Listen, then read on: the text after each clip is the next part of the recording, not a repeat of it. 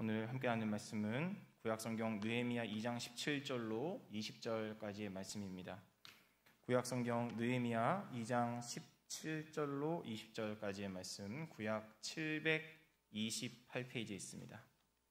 구약성경 느헤미야 2장 17절로 20절까지 말씀, 구약 728페이지에 있습니다.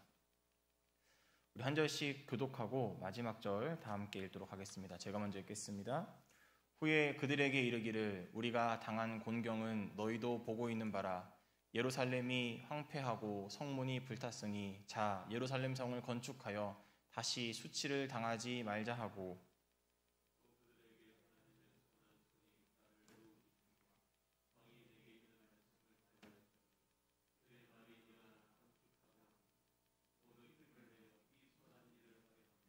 호론 사람 산발락과 종이었던 암몬 사람 도비아와 아라비아 사람 게셈이 이 말을 듣고 우리를 업신여기고 우리를 비웃어 이르되 너희가 하는 일이 무엇이냐, 너희가 왕을 배반하고자 하느냐 하기로 함께 읽겠습니다. 내가 그들에게 대답하여 이르되 하늘의 하나님이 우리를 형통하게 하시리니 그의 종들인 우리가 일어나 건축하려니와 오직 너희에게는 예루살렘에서 아무 기업도 없고 권리도 없고 기억되는 바도 없다 하였느니라. 아멘. 하나님 아버지와 예수 그리스도의 은혜와 평강이 오늘도 이렇게 금요 심야 예배에 나오신 성도님들, 그리고 각자의 자리에서 예배드리고 있는 성도님들과 함께 하시기를 주님의 이름으로 축복합니다. 오늘은 다시 회복하라, 다시 회복하라 라는 제목의 말씀으로 하나님 말씀과 마음을 나누도록 하겠습니다. 제가 어떤 설교를 준비하면서도 예화를 준비할 때 늘 조심하는 것 중 하나가 이제 그 가족 예화를 드는 건데, 오늘도 좀 양해를 구해야 될 것 같습니다. 오늘 가족 예화를 좀 들 텐데요. 자기 전에 저희 가족이 3명이다 보니까 한 명씩 돌아가면서 이제 그날 마무리 기도를 합니다.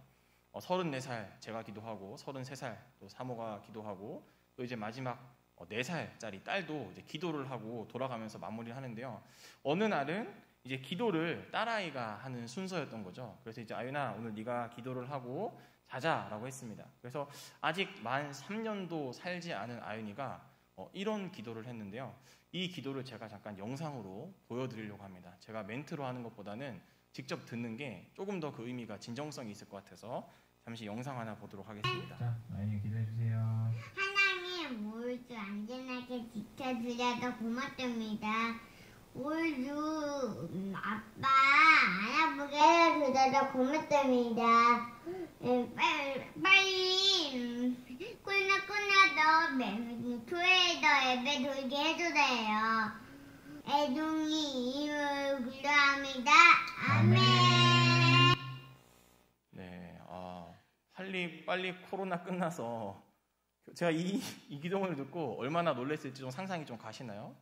아니 아직 현장 예배 얘가 몇 번 드려봤다고 빨리 코로나가 끝나서 교회에서 예배드리게 해달라는 기도를 제가 3살짜리 입에서 들으니까 굉장히 신기하고 놀랐었습니다. 몇 번 예배 안 드린 이 친구도 빨리 교회에 가서 예배를 드리고 싶구나. 그런데 이런 기도를 좀 들으니까 이런 생각도 들더라고요. 이 아이의 빨리 교회 가고 싶은 소망이 어쩌면 우리 엘림의 공동체의 소망일 수도 있겠다라는 생각을 제가 해봤습니다. 오늘 본문에서는 저희 딸 아윤이처럼 예전처럼 예배하고 싶고 예전처럼 성전에서 예배하고 싶어하는 사람들의 이야기가 등장합니다. 그들이 누구냐면 바로 70년간의 이 바벨론 포로 생활을 마치고 다시 예루살렘 땅으로 돌아온 이 유대인 귀환한 사람들의 심정이 바로 이런 심정이었습니다. 코로나 확산세가 다행히 점점 줄어들고 있습니다. 이번 주부터는 문자에서도 받으셨겠지만 정규 예배 때는 총 좌석의 10%, 그러니까 우리 교회로 치면 약 한 1부부터 4부까지 각 예배당 45명씩의 성도님들이 현장에 와서 예배를 드릴 수가 있습니다.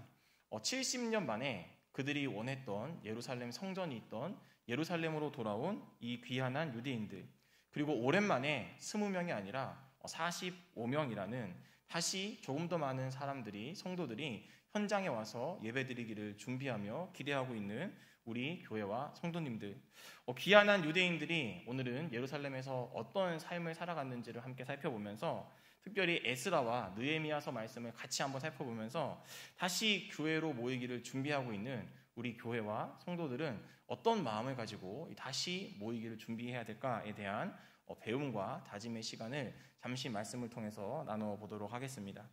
첫 번째는 이런 일들을 유대인이 귀환한 예루살렘에서 행했습니다. 우리 한번 다 같이 읽어보겠습니다. 시작. 한 번 더 읽어볼까요? 시작. 성전의 거룩함을 회복하라. 바벨론 포로였던 유대인들은 이제 바벨론이 페르시아라는 나라에게 망하고 페르시아 왕 고레스가 칙령을 내려서 포로로 왔던 이 바벨론 땅에서 다시 너희 땅으로 돌아가라 라고 허락을 해주죠. 그래서 1차, 2차, 3차 총 3번에 걸쳐서 예루살렘으로 돌아오는데요. 1차는 이 수룹바벨이라는 사람의 지도 아래에서 약 5만 명 정도가 예루살렘 땅으로 돌아왔습니다. 돌아온 그들이 그 땅에서 가장 먼저 무엇을 했을까 성경을 살펴보니까 그들은 돌아온 다음 가장 먼저 성전을 재건하는 일에 힘을 썼습니다. 그런데 성전을 재건하려고 했는데 내부적으로도 갈등이 있었고 외부적으로도 크나큰 방해가 있어서 이 성전을 재건하는 공사가 중단이 되고 나중에 가서 20년이 지나서야 결국 성전을 다시 그 예루살렘 땅에 세우게 되지요. 여러분에게 질문 하나 드리겠습니다. 만약 성도님들은 코로나 백신도 맞고 좀 이제 단체 집단 면역도 생겨서 이제 마스크도 벗고 좀 일상적으로 교회에 돌아오게 된다면 그런 상황이 우리에게 주어진다면 가장 먼저 교회에서 뭘 하고 싶으세요?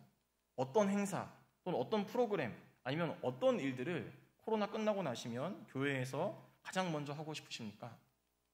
저는 중고등부를 담당하다 보니까 여름 수련회를 가장 먼저 가고 싶습니다. 왜냐하면 이 여름 수련회가 중고등부 아이들에게는 가장 영적으로 많은 에너지를 주는 곳이기도 하고요.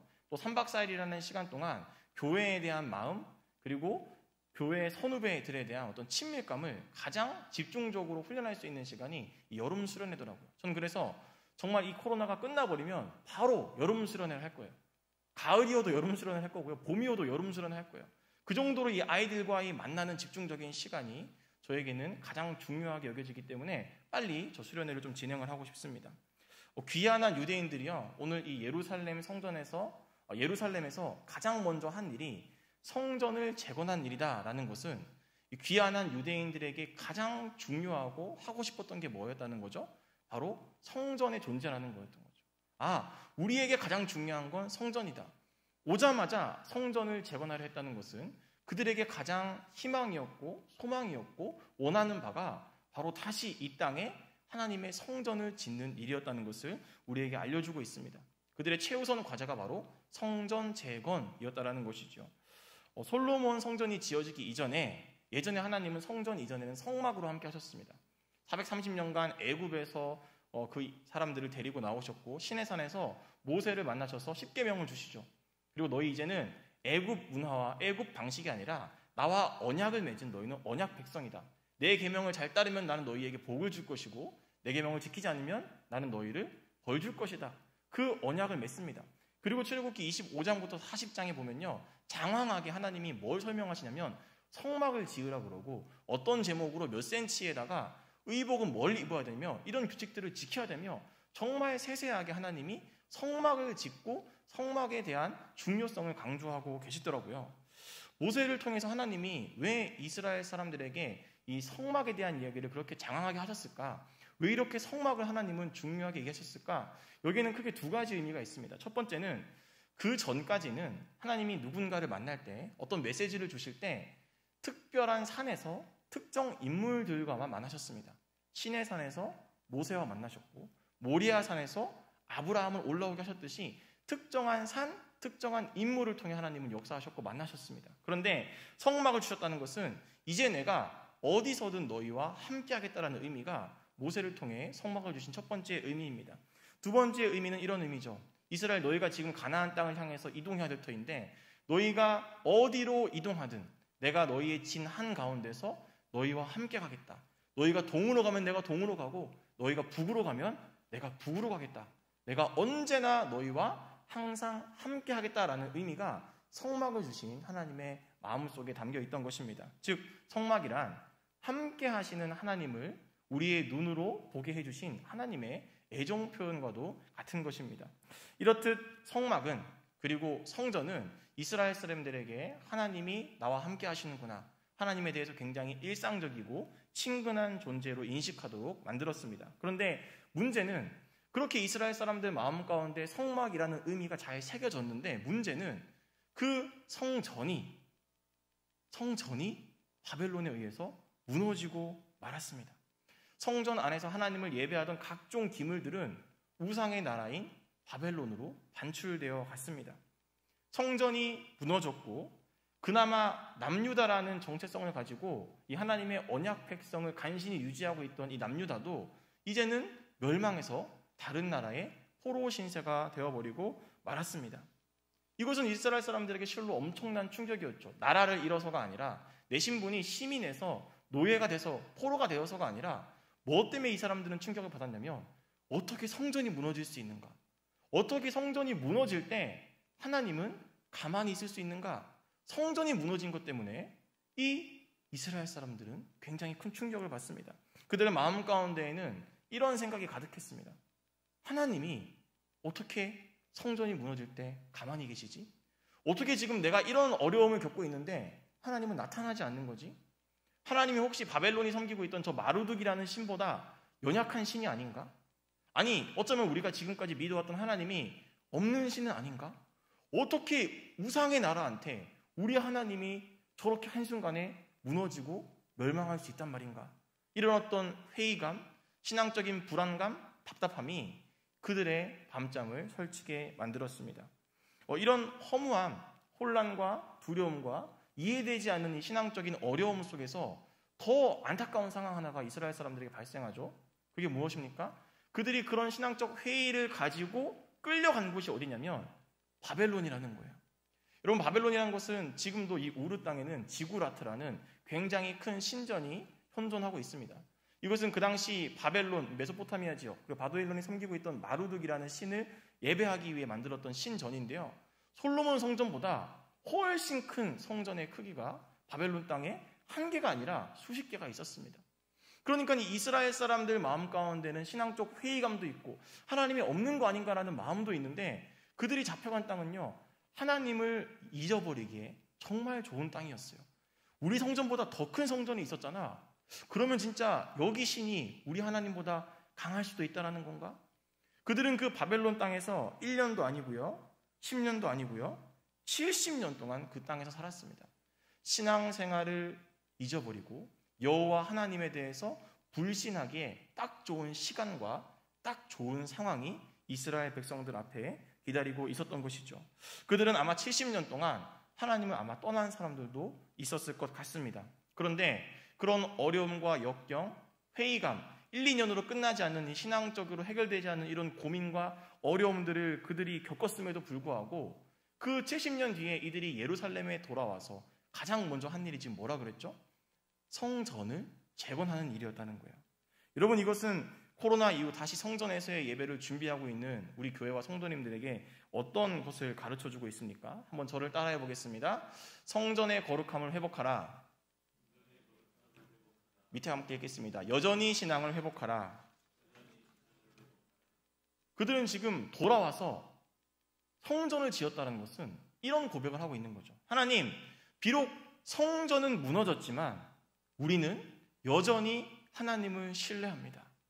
비록 우리가 70년간 이방 땅, 우상의 문화 속에서 살아왔지만 하나님을 잊어버리기에 딱 좋은 환경과 시간을 보냈지만 우리는 여전히 하나님을 기억하고 있고 우리는 여전히 하나님을 믿습니다. 이 고백이 70년 뒤에 예루살렘에 오자마자 성전을 지은 이 이스라엘 귀한 공동체의 고백이었고 이 고백이 성전을 짓는 것으로 나타났던 거죠. 우리는 여전히 하나님을 믿습니다. 비록 70년이라는 시간이 지났지만 비록 성전은 무너져서 내 이해되지 않는 신앙적인 회의감과 의심도 있지만 우리는 여전히 하나님을 믿습니다라는 고백이 성전을 재건하는 이스라엘 사람들의 고백이었다라는 것입니다. 그들은 지금 하나님에 대해서 무너진 신앙 고백을 드리는 것이 아니라 무너진 그 땅에 다시 새로운 신앙 고백을 세워가고 있었던 것이죠. 여러분, 코로나 이전에 우리의 현장 예배의 모습으로 돌아가기는 꽤 많은 시간이 걸릴 것 같습니다.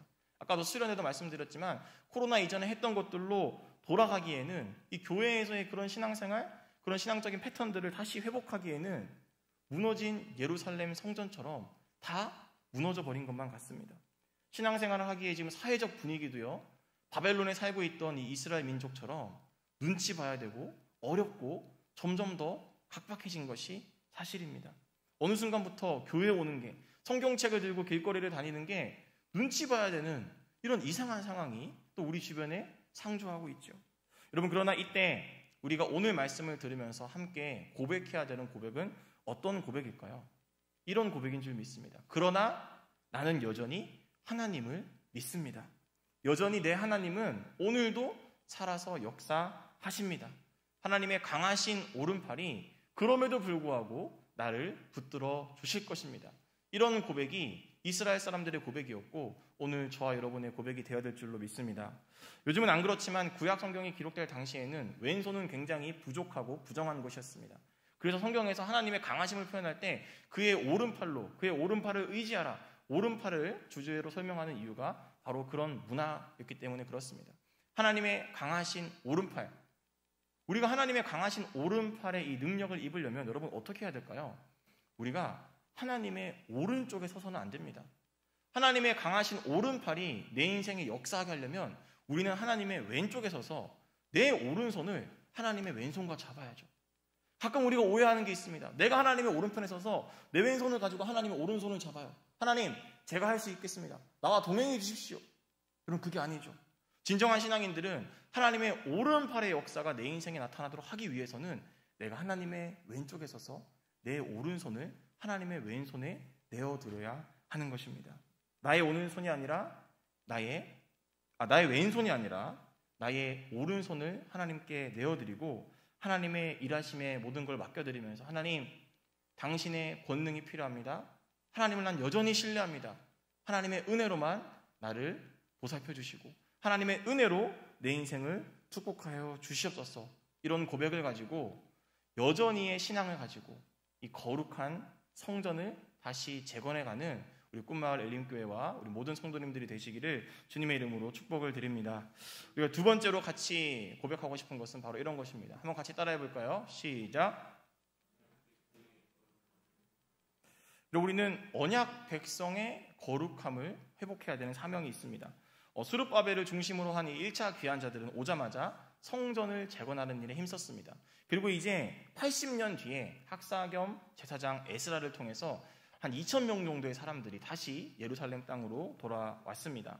이 예루살렘으로 돌아온 2차 귀환대, 이 에스라가 가장 중점적으로 신경 썼던 부분은 바로 방금 읽었던 언약 백성으로서의 거룩함을 회복하는 일이었습니다.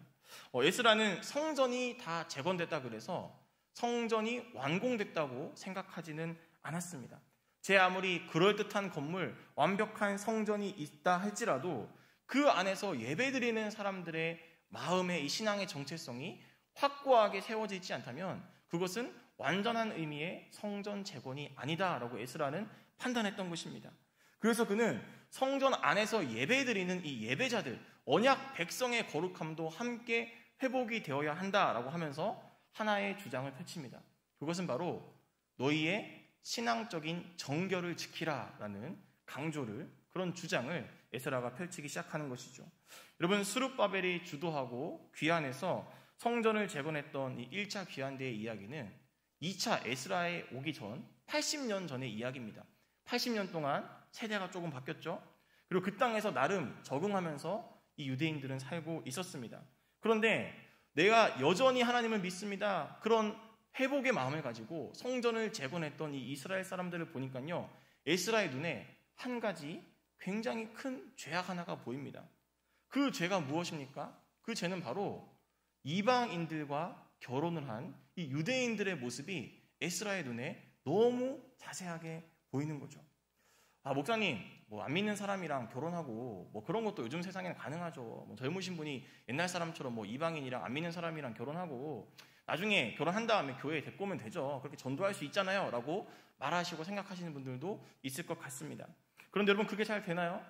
결혼하고 나서 보면 안 믿는 사람이 교회에 오는 것보다 잘 믿던 사람들도 갑자기 교회를 떠나게 되는 경우를, 죄송하지만 저는 조금 더 많이 본 것 같아요. 여러분, 그런데 지금 에스라가 지적하는 너희 왜 이방인들과 결혼을 했냐, 이 부분은요, 제가 방금 말씀드린 결혼의 문제보다 훨씬 큰 문제입니다. 어떤 의미에서 큰 문제냐면 이스라엘이 둘로 나뉘고 북이스라엘과 남유다가 멸망한 이유가 무엇입니까? 이방인들과의 결혼을 금지했던 하나님의 명령을 어긴 결과 민족이 두 나라로 나뉘고 두 나라가 우상을 섬기는 이방 민족에게 망하게 된 것이지 않습니까? 하나님은 신명기 7장 3절로 4절에서 분명히 이스라엘 사람들에게 분명히 말씀하셨어요. 너희 그들과 절대로 결혼하지 마라.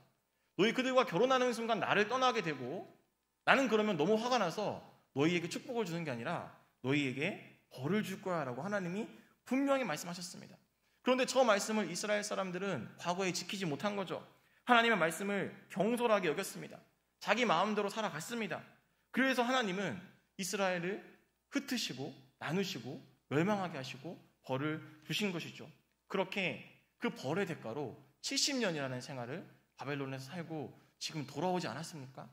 그러면 그것 때문에 벌을 받았으면 이제는 그 죄는 짓지 말아야죠. 이제는 그 벌에 대한 대가를 너무 크게 대었기 때문에 그 부분에 대해서만큼은 확실하게 처리를 했어야죠. 그런데 지금 에스라가 돌아오고 보니까 우리 민족이 지금 또 뭘 하고 있는 거예요? 또 이방인과 결혼해서 또 이방인과 함께 그 문화를 공유하고 있다라는 것이죠. 얼마나 에스라가 분에 차오르고 너무 수치스럽고 하나님한테 할 말이 없어서 하나님 죄송합니다. 내가 하나님의 얼굴을 뵐 면목이 없습니다라고 기도하고 있지 않습니까? 똑같은 죄를 지금 이 언약 백성들은 예루살렘에 와서 또 짓고 있는 거예요. 그렇듯 성전은 지어놨지만 성전 안에서 예배드리는 자들의 마음이요 지어지지 않은 거죠. 완성되지 않은 것입니다. 한두 번 실수할 수 있지만 실수가 반복되면 실력이라는 말이 있습니다. 이스라엘은 지금 과거에 저질렀던 선조들의 죄를 똑같이 또 저지르고 있습니다. 하나님 앞에 나아가기 위해서는 그럴듯한 성전, 하나님을 믿는다는 믿음의 고백만을 가지고 하나님께 나아가서는 안 됩니다. 우리는 어떤 삶을 가지고 하나님께 나아가야 됩니까? 과거의 죄는 청산하는 삶, 과거의 죄를 끊어버리고 잘못된 습관들과는 단호하게 이별하는 삶과 결단을 가지고 우리는 새로 지어진 성전 안으로 들어가야 하는 것입니다. 여러분, 언약 백성으로서 우리가 개인의 삶을 끊어야 될 것들을 확실하게 끊어버리는 이 거룩함이 우리에게 회복되어야 되는 것이죠. 에스라가 봤을 때는 성전만 지어져 있지 그 안에서 예배드리고 있는 이 언약 백성들의 삶은 아직 회복되지 않았고 지어져 있지 않았습니다. 우리가 이전의 죄를요 먹고 살기 편해졌다고 또다시 반복해서는 안 됩니다. 좀 두둑해지고 좀 든든하다 그래서 이전의 죄로 다시 돌아가서도 안 됩니다. 하나님은 우리에게 언약 백성으로서의 거룩함을 회복하라고 요청하십니다. 그래서 에스라는 한 가지 굉장히 과격한 결단을 내립니다. 그게 뭐냐면요, 너희 이혼하라 이거예요. 이방인들과 결혼한 유대인들 다 이혼하고 그 결혼을 다 파기하라, 이런 결정을 에스라가 내립니다. 여러분, 이것은 2021년을 살아가는 우리의 시각으로 봐도요 굉장히 좀 지나쳐 보이고 굉장히 잔인해 보이기까지 합니다. 아유, 뭐 그렇다고 그래서 가정을 이뤄놨는데 뭐 저렇게까지 하나 싶죠. 그런데 왜 에스라가 이런 결정을 내렸는지 우리는 그래서 더 잘 살펴봐야 됩니다. 하나님의 말씀을 심각하게 이스라엘 사람들은 아직도 여기고 있지 않습니다. 그들은 하나님의 말씀을 여전히 대수롭지 않게 여기고 있어요. 그런 죄가 선조 때도 있었는데 지금도 반복되고 있는 거죠. 야, 이러다가 우리 70년이 아니라 700년간 하나님께 벌 받겠다. 우리 똑같은 죄를 범하고 있는데 똑같은 벌을 또 받겠다. 그런 어떤 두려움과 민족에 대한 안타까움이 에스라 마음 가운데 들었던 것입니다. 그래서 그는 같은 죄를 반복하지 않기 위해서, 이 민족을 살리기 위해서 조금은 과격하지만 그런 급진적인 조치들을 취했던 것입니다. 여러분, 누가 하나님의 진정한 언약 백성일까요? 누가 하나님과 약속을 맺은 언약 백성의 자격이 있을까요? 하나님의 진정한 언약 백성은 예루살렘에 돌아왔다고 해서, 다시 현장 예배에 나아왔다고 해서 저절로 부여되는 것이 아닙니다. 하나님의 언약 백성은 자신을 세상과 성별하여서 이전의 죄들을 과감하고 단호하게 끊어버리고 다시 한번 하나님께로 새로운 모습으로 돌이키는 자가 하나님의 언약 백성으로서의 자격이 있는 것이죠. 특별히 에스라는 이런 언약 백성으로서 그들의 거룩함을 회복하도록 하기 위해서 늘 기도하는 모습을 백성들에게 보여줬습니다. 그는 페르시아에서 떠나기 전에 하나님께 먼저 기도하고 출발했고요. 도착해서 펼쳐져 있는 말도 안 되는 그런 잘못된 상황들을 보고도 그들을 먼저 질책하기 이전에 하나님께 회개의 기도를 간절하게 올려드렸습니다. 에스라 10장 1절 말씀해 보면 얼마나 간절하게 에스라가 하나님께 올려드렸든지 성전 앞에서 엎드려서 울면서 자복하면서 정말 크게 회개하고 기도했더니 성경에 보니까 많은 백성들의 남녀와 어린 아이도 그 앞에 모여서 함께 기도했다라고 이야기를 합니다. 여러분, 저는 이 본문 말씀 속에서 이런 메시지를 함께 나누고 싶습니다. 우리 한번 같이 따라해 볼까요? 언약 백성의 거룩함을 회복한다는 것은 이런 의미입니다. 다음 PPT 한번 보여주시겠습니까? 한번 같이 따라하겠습니다. 기도를 통해 권능을 얻어 싸워 이기라. 여러분, 우리가 언약 백성으로서 이전의 죄를 반복하지 않고 이 거룩함을 회복하기 위해서는 에스라가 보여준 모습처럼 기도를 통해서 이 권능을 얻어서 싸워 이기는 방법이 최선입니다. 바라고 원하옵기는 코로나 확산세가 많이 잠잠해지고 있는 이때에 성전에 나와서 언약 백성으로서의 거룩함을 회복하기 위해 기도하는 일에 힘쓰는 성도님들이 되셨으면 좋겠습니다. 새벽 기도에 약 10명에서 14분의 성도님들이 고정적으로 출석하고 계십니다. 오늘 금요 심야 예배에도 한 10명의 성도님들이 지금 현장에서 예배를 드리고 계십니다. 바라고 원하옵기는 우리가 언약 백성으로서의 거룩함을 회복하는 일에 에스라가 보여준 이 기도의 모습을 우리 삶으로 좀 받아들여서 우리도 다시 기도의 자리에 나아가 기도하는 일에 특심의 불이 붙게 되기를 주님의 이름으로 축복을 드립니다. 우리가 마지막 세 번째로 유대인 귀한 공동체를 통해 알 수 있는 모습은 이런 모습입니다. 한번 같이 따라해 보겠습니다. 일상의 거룩함을 회복하라. 네, 드디어 오늘 본문 느헤미야의 이야기가 세 번째 등장합니다. 느헤미야는 세 번의 귀환 중에 총 3차로 마지막에 예루살렘으로 들어온 사람입니다. 느헤미야는 귀환한 이후에 뭐에 집중하냐면 성전이 아니라 성벽을 재건하는 일에 힘씁니다. 여러분, 우리가 성벽을 재건했다는 것을 반드시 오늘 꼭 기억해 주셨으면 좋겠습니다. 성벽을 재건했다는 것은 어떤 신앙적인 의미를 가지고 있냐? 그것은 언약 백성들이 살아가는 이 일상의 거룩함을 회복하는 것을 의미합니다. 성전은요, 성벽 안에 존재합니다. 성 안에 성전이 존재하죠. 성벽 안에, 성 안에서 언약 백성들이 살아갑니다. 무슨 말이냐? 성을 보호하는 성벽이 무너져 버리는 순간 그 성 안에 있던 언약 백성들과 성전의 신앙이 큰 위기를 겪습니다. 예배를 드리는 공간과 예배를 드리는 성도들뿐만 아니라 지금 느헤미야는 뭐까지 강조하고 있냐면 성도들이 일상을 살아가는 이 세상과 마주서서 경계를 짓고 살아가는 그 경계의 마지노선, 그 일상에도 거룩함이 회복되고 일상에도 성벽을 쌓아야 된다는 거죠. 내가 직장에서, 학교에서, 사람들과의 관계에서 그 일상에서 신앙적으로 무너져버리는 순간 성전이 무너지고 공동체가 무너지고 그 안에 있는 언약 백성들이 무너지게 된다는 것입니다. 예를 들면 이런 거죠. 우리가 주일 예배는 열심히 드립니다. 그런데 내가 살아가는 사회에서 그 성벽이 무너져버리면, 그 마지막 보루인 일상의 성벽이 무너져버리면 개인의 신앙, 성전 공동체의 신앙이 큰 위기를 겪게 된다는 것입니다. 믿음이 없는 세상 사람들과 우리가 식사도 할 수 있죠. 커피도 마시고 골프도 치고 볼링도 치고 등산도 함께 할 수 있습니다. 그러나 믿음이 없는 사람들과 삶을 살아갈 때 그리스도인으로서 넘지 말아야 될 마지막 선은 분명히 있습니다. 바로 거기까지가 우리가 회복해야 되는 일상의 거룩함이자 쌓아야 되는 일상의 성벽입니다. 넘지 말아야 할 마지노선, 그리스도인으로서 더 이상 넘어서는 안 되는 그 마지막 최후의 보루, 그 성벽을 우리가 일상에서 잘 쌓아야 한다는 것입니다. 느헤미야는 지속해서 어떻게 그 사람들이 일상의 성벽을 쌓게 했냐? 말씀을 가르치는 것으로 그들의 삶 가운데 일상의 성벽을 쌓게 했습니다.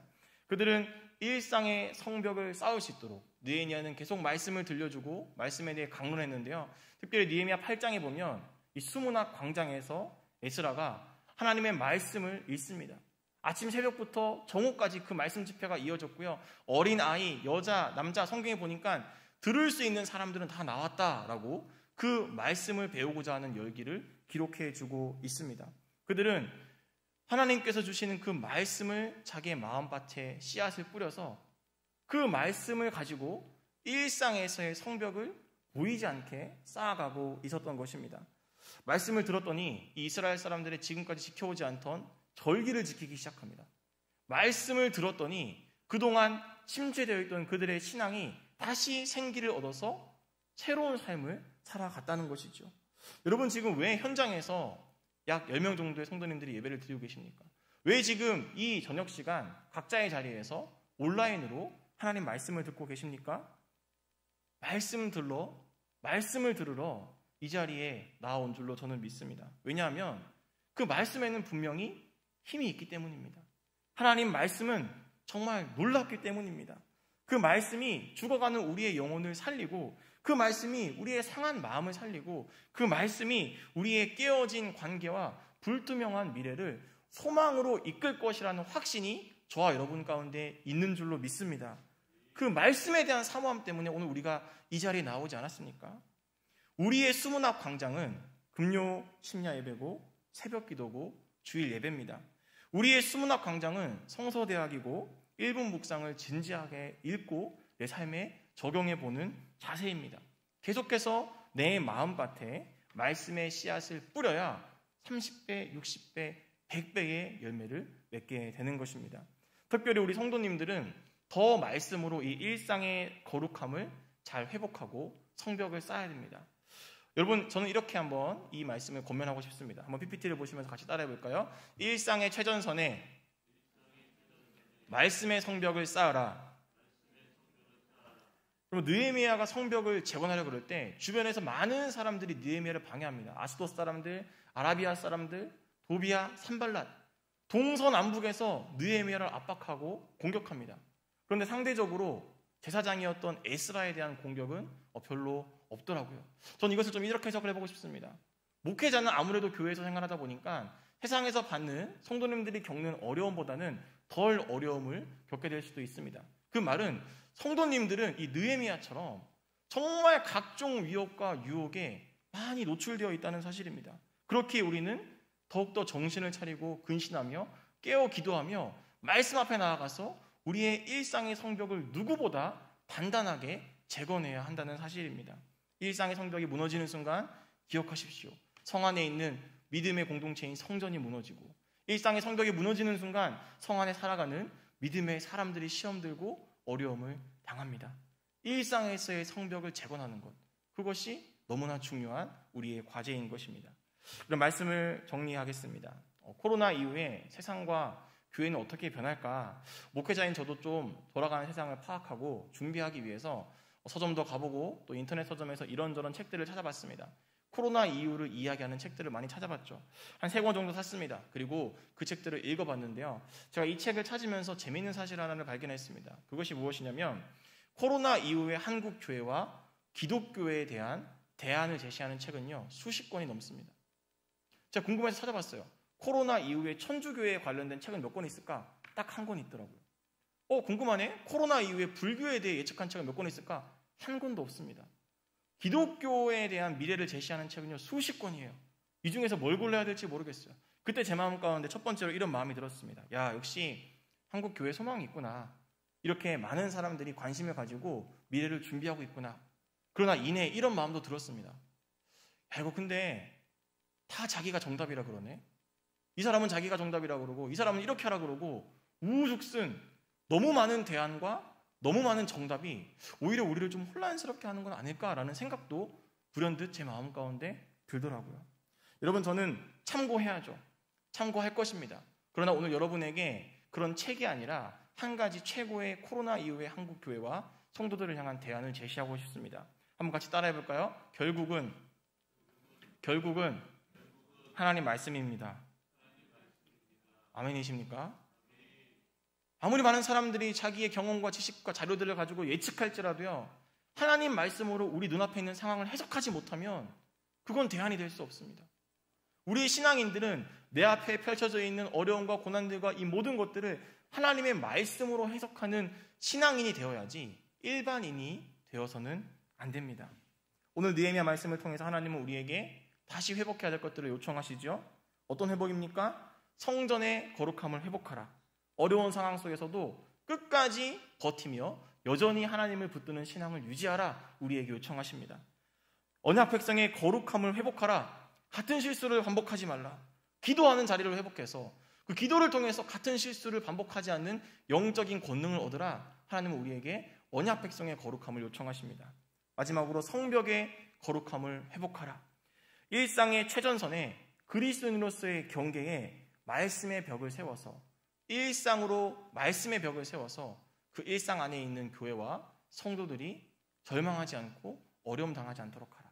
그리스도인으로서 지켜야 되는 일상의 성벽을 재건하라. 하나님 우리에게 말씀하고 도전하고 계십니다.